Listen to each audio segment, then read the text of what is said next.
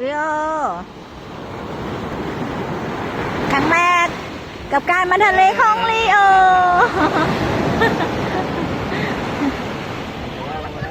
มาแล้ว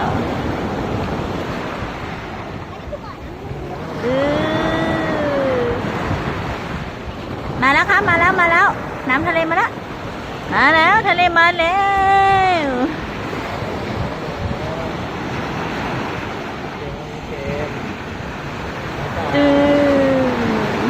ตัวลูกเราตัววิตามินหมด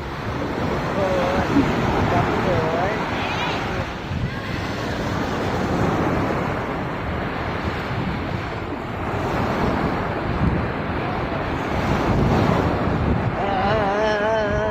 เข้ามาแล้ว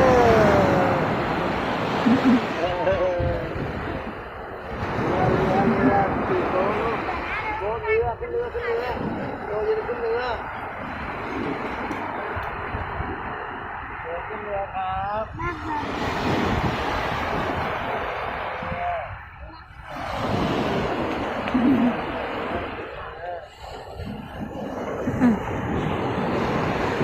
อะไรทะเลใช่ไหม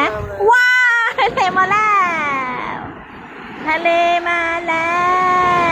ว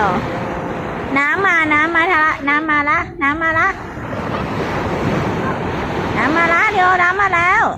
ว้าวน้ำมาแล้ว